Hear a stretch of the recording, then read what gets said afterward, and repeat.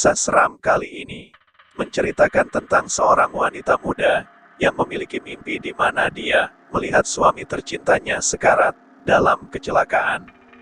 Ketika dia bangun, dia takut mimpi itu akan menjadi kenyataan. Dimulai dengan seorang wanita muda yang tidak pernah beruntung dalam berhubungan dengan pasangannya. Setiap dia berpacar, dia selalu diperlakukan dengan buruk atau selingkuh. Dia mulai berpikir tidak akan pernah menemukan suami, dan khawatir dia akan menghabiskan sisa hidupnya sendirian. Kemudian, suatu hari, dia bertemu dengan seorang pria muda yang menarik. Dia baik, lembut dan perhatian. Mereka mulai berkencan dan secara bertahap jatuh cinta. Ketika dia memintanya untuk menikah dengannya, wanita muda itu senang. Dia segera menerima. Setelah pernikahan, pasangan itu pindah ke sebuah rumah kecil di pinggiran kota. Dan bersama-sama, mereka mulai mencari nafkah untuk keluarga kecil mereka. Mereka harus bekerja keras untuk membangun keluarga. Mereka harus semangat karena mereka memiliki satu sama lain. Wanita muda itu senang dengan hidupnya dan berpikir kebahagiaannya tidak akan pernah berakhir. Pada suatu malam, dia sedang menunggu suaminya pulang kerja. Hari semakin larut, tetapi suaminya masih belum datang. Wanita itu mulai khawatir.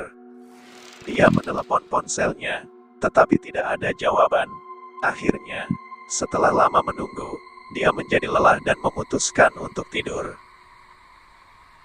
Saat dia tertidur, wanita itu mengalami mimpi buruk yang mengerikan. Dalam mimpinya, dia melihat suaminya mengendarai sepeda motor di jalan yang gelap. Tiba-tiba, tanpa melihat sekitar, suaminya langsung berbelok ke jalur cepat. Dan saat itu juga, dari arah berlawanan melintas truk dengan kecepatan tinggi. Dia menyaksikannya dengan histeris. Ketika sepeda motor suaminya tergelincir di sepanjang jalan, lalu truk itu melindas tubuh suaminya. Dia melihat mayatnya dengan kondisi yang hancur, bagian tubuhnya tergeletak di genangan darah. Mimpi ini sangat menakutkan. Setelah beberapa saat kemudian, akhirnya dia terbangun dengan keringat dingin dan jantungnya yang berdetak kencang. Ya Tuhan, dia menangis. Suamiku meninggal. Suamiku meninggal, ucap istrinya. Dia termenung sambil duduk di tempat tidur. Ternyata ini semua hanya mimpi. Lalu dia mencoba menenangkan diri. Kemudian ia melihat jam. Dia menyadari bahwa ini sudah lewat tengah malam. Dan saat itu juga, dia mendengar suara motor suaminya yang tidak asing lagi masuk ke garasi rumah. Saat dia mendengarkan dengan seksama, dia mendengar pintu depan terbuka. Terdengar suara ceria suaminya dan memberitahu bahwa dia sudah sampai di rumah. Kemudian sang suami mulai menjelaskan mengapa dia bisa pulang sangat terlambat. Tetapi istrinya memotong pembicaraan sang suami. Sambil sedikit emosi dia berucap, "Kamu benar-benar terlambat," teriaknya dari kamar tidur. "Kenapa kamu tidak menelepon atau kasih kabar ke aku? Saya sangat khawatir. Kukira kau meninggal karena kecelakaan." Di lantai bawah, ada keheningan yang menakutkan. Tidak ada jawaban dari suaminya. Lalu wanita itu menajamkan telinganya untuk mendengarkan. Kemudian, dia mendengar suaminya berkata dengan suara samar, "Jadi, kamu sudah tahu." Sekali lagi, wanita itu berpikir, dia belum terbangun dari mimpinya. Lalu dia memanggil nama suaminya berulang kali, tetapi tidak ada jawaban. Dia turun dari tempat tidur, tetapi rumah itu benar-benar kosong. Suaminya tidak terlihat. Beberapa saat kemudian, telepon berdering, dan ketika dia menjawabnya, ternyata polisi memberinya kabar. Sebelumnya polisi itu meminta maaf untuk menjadi orang yang memberitahunya bahwa 1 jam yang lalu, suami Anda ditemukan telah tewas dalam kecelakaan sepeda motor.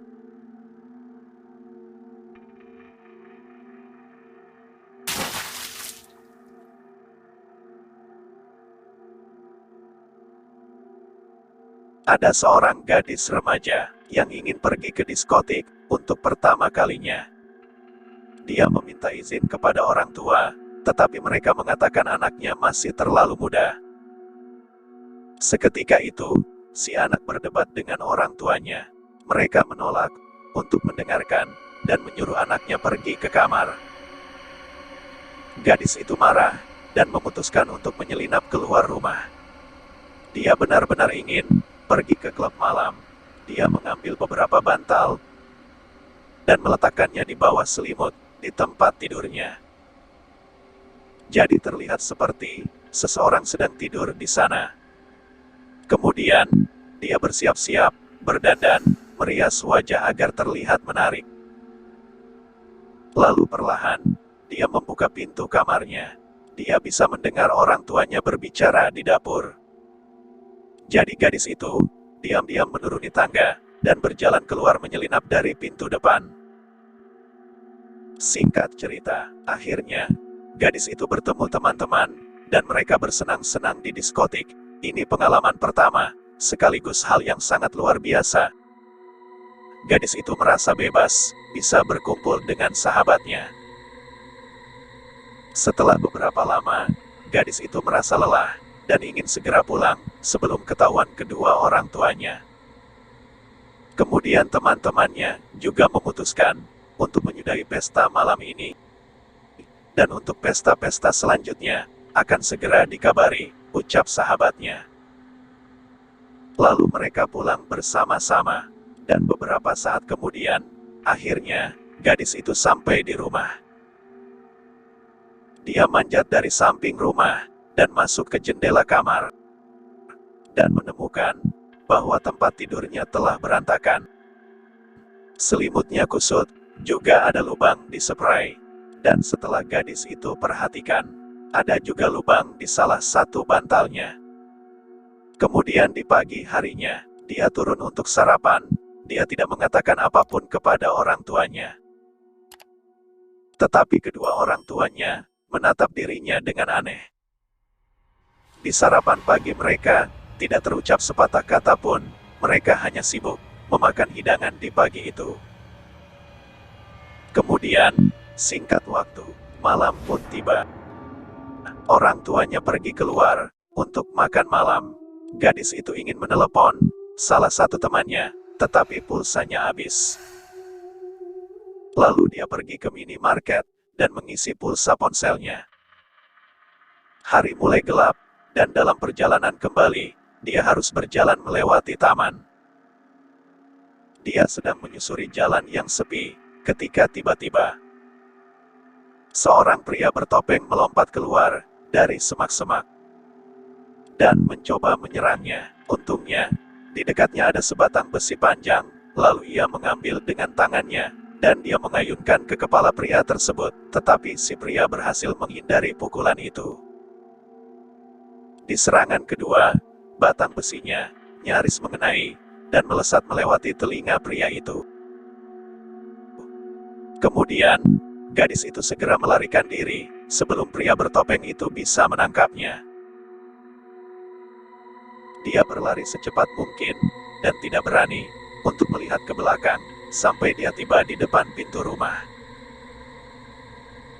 Orang tua gadis itu pulang beberapa menit kemudian. Lalu si gadis memberitahu orang tuanya apa yang telah terjadi. Mereka memarahinya karena berjalan sendiri di taman dalam kegelapan dan menyuruhnya untuk lebih berhati-hati lain kali. Orang tuanya masih memberi tatapan aneh seperti pagi hari saat mereka sarapan. Lalu mereka menyuruh si gadis untuk mandi air hangat, untuk bersantai, dan menenangkan dirinya. Dan kemudian, dia bergegas ke kamar mandi. Gadis itu menanggalkan pakaian dan masuk ke kolam air. Dia memejamkan mata dan mencoba melupakan kejadian-kejadian yang mengganggu hari ini. Tiba-tiba, pintu terbuka. Ayah dan ibu bergegas masuk dengan pemanggang roti, sebelum gadis itu sempat bereaksi. Ibunya mencoba melemparkan pemanggang roti ke dalam bak mandi. Namun, panjang kabel tidak bisa mencapai sejauh itu. Kabel yang pendek menghentikan aksi sang ibu, dan pemanggang roti itu jatuh ke lantai kamar mandi. Dan gadis itu lolos dari kematian akibat sengatan listrik. Kemudian, dia melompat keluar dari bak mandi. Gadis itu mulai berteriak pada orang tuanya. Pada saat itu, dia sadar bahwa orang tuanya mencoba membunuhnya. Dia meraih ponsel dan mengatakan kepada mereka bahwa dia akan menelepon polisi. Kecuali mereka memberitahu mengapa mereka ingin membunuh dirinya. Ibunya menangis dan ayahnya menundukkan kepalanya karena malu. Orang tuanya itu duduk di tepi bak mandi dan mencoba menjelaskan. Ternyata paman gadis itu, saudara laki-laki ayahnya, sedang kritis di rumah sakit. Pamannya adalah seorang pengusaha sukses dan telah mengumpulkan kekayaan besar selama hidupnya. Pamannya tidak memiliki anak, jadi ketika dia menyusun surat wasiat, dia memutuskan untuk menyerahkan semua kekayaannya kepada keponakan kesayangannya. Ketika pamannya meninggal, gadis remaja itu akan menerima warisan yang sangat banyak. Dan jika mereka membunuh anaknya, maka orang tuanya secara otomatis akan menjadi ahli waris atas kekayaan pamannya. Lalu gadis itu berteriak tidak percaya dengan apa yang dikatakan orang tuanya. Dia menyadari bahwa orang tuanya sangat serakah dan tidak menyayanginya. Membunuh anak sendiri adalah kejahatan terburuk yang bisa dilakukan orang tua. Dia berpikir untuk memahami bagaimana orang tuanya bisa begitu rendah. Berniat membunuh anak mereka sendiri hanya demi uang.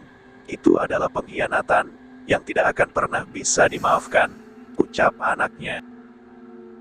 Kemudian si gadis itu segera mengemasi barang-barangnya dan meninggalkan rumah orang tuanya malam itu juga. Dan tidak akan kembali ke rumah orang tuanya sampai kapanpun. Mulai hari ini, dia menyewa apartemen murah dengan tabungan yang cukup untuk bertahan hidup sendiri. Sampai ia dapat kerjaan paruh waktu dan menikmati kebebasannya, si gadis memutuskan untuk tidak akan berkomunikasi lagi dengan orang tuanya. Terlepas dari banyak kesulitan yang dia hadapi, dia mencoba mencari nafkah untuk dirinya sendiri. Akhirnya, dia mendapat pekerjaan dan mendapatkan cukup uang untuk melanjutkan pendidikan ke universitas. Meski dia sangat sibuk, dia tetap menyisihkan waktu setiap minggu untuk mengunjungi pamannya di rumah sakit. Tanpa terasa, 1 tahun kemudian, ini tahun pertamanya di universitas. Dia bertemu dengan seorang pria di kampus. Pria itu tampak sangat sopan. Dia tidak terlalu tampan, tetapi dia memiliki kepribadian yang menarik. Dia baik, juga lembut, dan selalu ada untuknya di saat-saat sulit. Ketika dia berada di pelukannya, dia merasa aman dan terlindungi. Akhirnya, dia menemukan seseorang dalam hidupnya yang bisa dia percaya. Beberapa bulan berlalu. Hubungan mereka semakin dekat dan harmonis. Dan akhirnya, mereka memutuskan untuk menikah. Mereka mengadakan pernikahan sederhana dan mengundang semua sahabat mereka untuk merayakan acara yang menggembirakan dan sukacita untuk pasangan ini. Gadis itu tidak mengundang orang tuanya ke pesta pernikahan. Ketika pria itu bertanya, gadis menceritakan semua tentang hal yang pernah dia alami. Dia tidak mau bertemu dengan orang tuanya lagi, karena mereka telah mengkhianatinya. Setelah dijelaskan, suaminya pun mencoba memahami keputusan istrinya. Dan kemudian setelah 1 minggu pernikahan, pengantin baru itu pergi berbulan madu. Mereka memesan sebuah resort indah di pegunungan. Di sebelah resort, ada sebuah danau yang berkilauan. Ketika mereka tiba, lokasi terlihat sangat indah, sehingga mereka memutuskan pada sore hari untuk pergi ke danau dan melakukan perjalanan menggunakan perahu. Mereka sangat menikmati pemandangan yang sangat indah.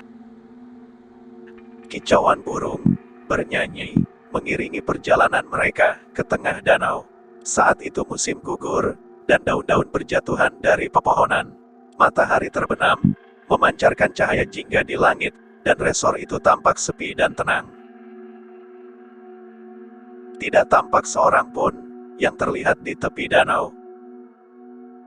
Beberapa saat setelah mereka mendayung, akhirnya mereka sampai ke tengah danau.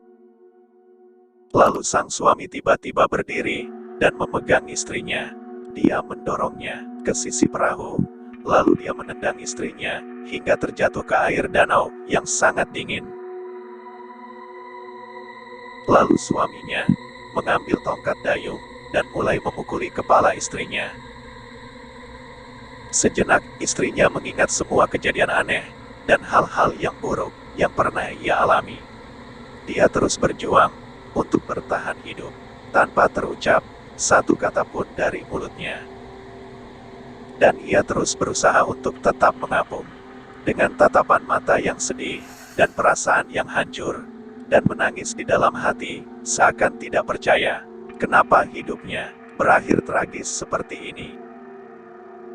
Akhirnya, si suami memukul kepala istrinya sangat keras, sehingga dia membuat istrinya pingsan dan tidak meronta lagi. Beberapa saat kemudian, kaki istrinya dia angkat ke perahu, lalu diikat dengan beban yang berat. Tubuhnya ditenggelamkan di bawah air danau yang sangat dingin, lalu meninggalkan istri yang baru dinikahinya di dasar danau. Kemudian, sang suami mendayung kembali ke tepian.